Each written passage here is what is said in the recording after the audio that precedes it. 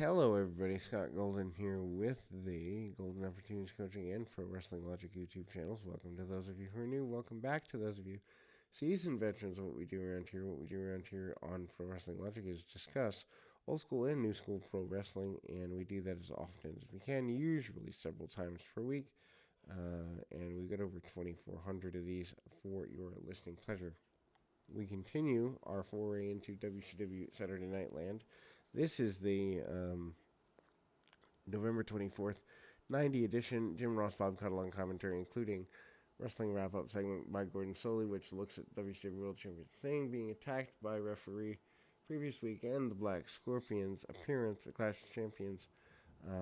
Soley refers to Sting as the World Championship Wrestling Heavyweight Champion during the report, featuring comments also from Black Scorpion, who promised to get rid of Sting at Starrcade, giving a relatively,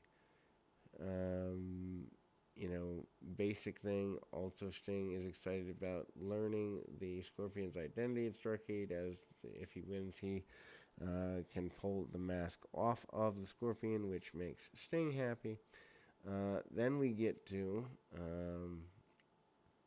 there's an investment in computer technology that could determine exactly how to defeat any WCW superstar. Alexander York is bringing this about in the board meeting, discussing this.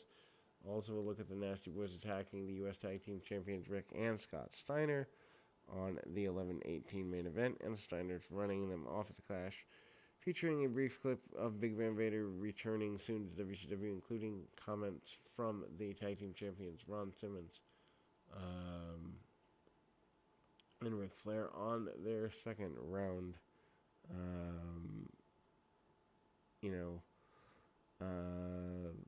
gauntlet match later in the show, featuring Tony Schiavone conducting a backstage interview with Executive Vice President Jim Herd to address WCW US Champion Stan Hansen. Refusal to give Lex Luger a rematch, where Hansen interrupting and Herd announcing Hansen would face Luger at Starrcade.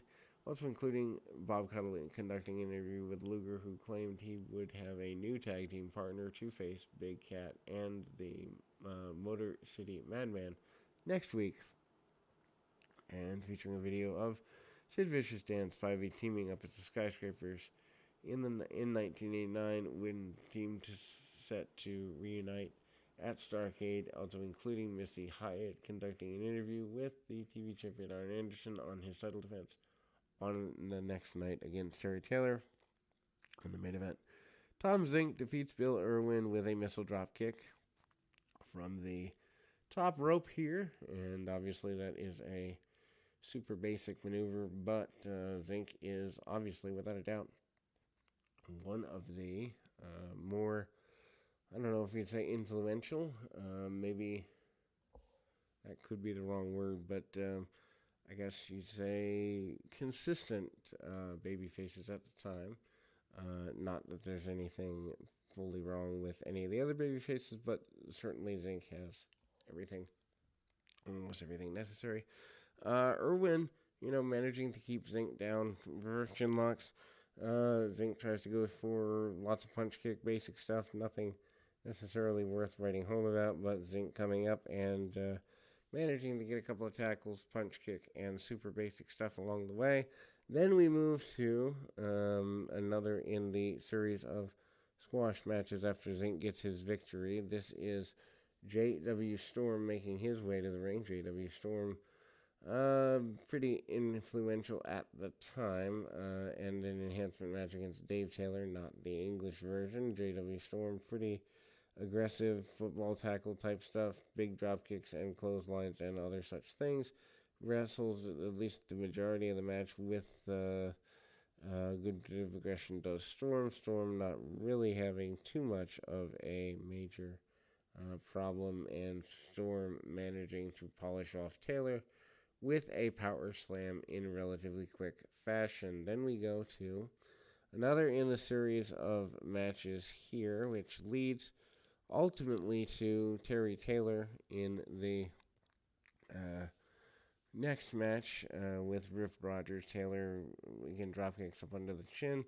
Arn Anderson defending the television championship against Taylor. Taylor still having to rehab quite a bit from his Red Rooster days, as it were, and Taylor hip toss on the outside, atomic drop on the outside.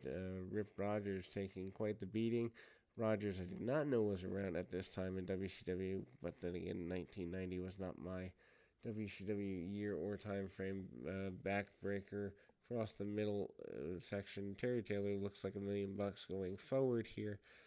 Taylor also gets the victory relatively quickly, and including a inverted slingshot suplex outside in, and the 5-arm for the victory from Taylor. We go to the next in the series of matches. Again, highlights of Sting getting attacked by a referee at the Gordon Soley Wrestling wrap-up, which we talked about earlier. Sting obviously wants to get rid of the Black Scorpion. Sting is unimpressed with the Scorpion, and then we go to Flying Brian Pillman in an enhancement match here, coming up against Tom Burke. Tom Burke, relatively a pretty basic guy, and needless to say, you know, Pillman off with some shoulder tackles, real basic stuff, nothing necessarily worth writing home about. Drop kicks under and springboard crossbody, which for the time period was a major move in 1990. Pillman again with the crossbody from the top and gets a quick victory. Pillman, a major babyface that I think they undervalued. Again, more talk of the York Foundation as Michael Wall Street out, promising to take a bit of run out there. Then we see Buddy Landel beating up on a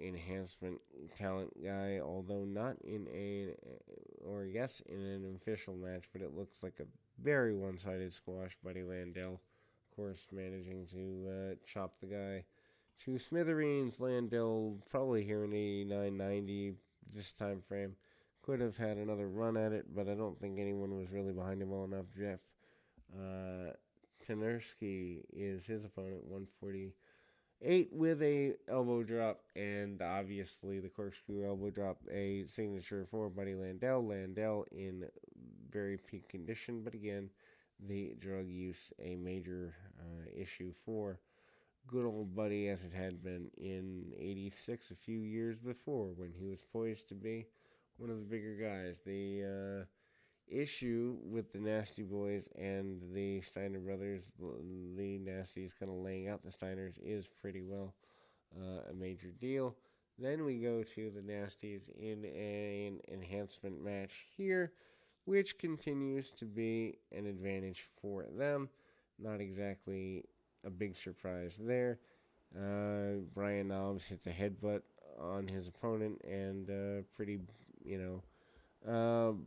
brawling around, defeating George South, Joe Kazana 201, Sags pins Kazana following the death drop, power slam, elbow smash combination, double team during the bout, insert video airs, Nasty Boys threatening to spill the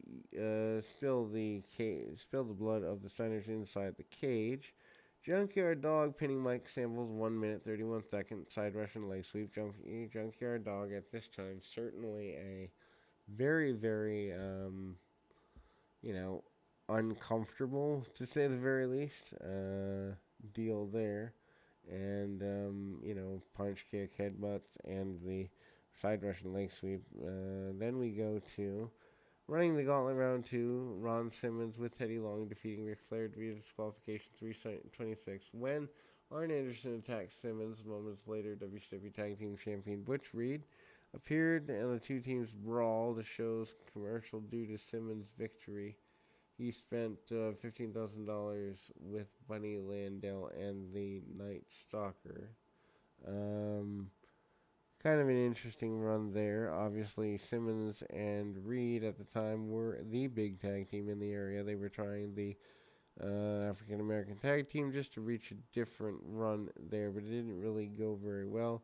A bit of a brawl before the run-ins from Anderson and such. Big Cat and the Motor City Madman defeat Scott Sandlin and Jeff Gamble 202. Madman forces Sandlin to submit an overhead backbreaker in a video insert during the match. Big Cat and the Madman warning Lex Luger to find a teammate because he had both of them after him. And not really understanding the, I guess you'd say, benefit, importance, whatever have you, of the Motor City Madman individual just doesn't really go very well, and this is a really awkward thing. Sid Vicious defeats Mike Freeman with a power bomb in 1 minute 40 seconds during the match. Video insert: Sid claims that he ruled the world during the bout. The announcers also described Sid reuniting with Dan Spivey at Starrcade to face Big Cat and the Night Stalker.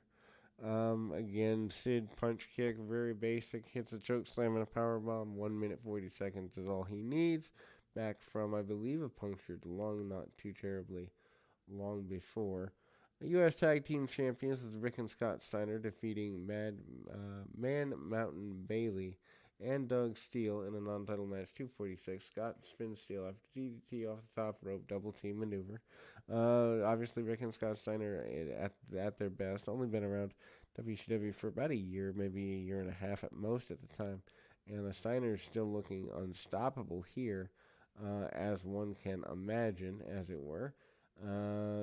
Punches, kicks, clotheslines, Steiner line by Rick Steiner, and the suplexes by Scott certainly keep them on a roll here.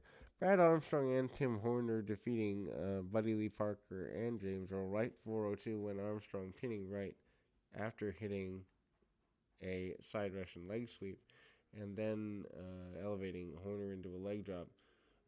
Michael Hayes providing guest commentary and discusses teaming with Jimmy Garvin and Dr. X following the night and facing El Gigante, Tracy Smothers, and Steve Armstrong on the main event.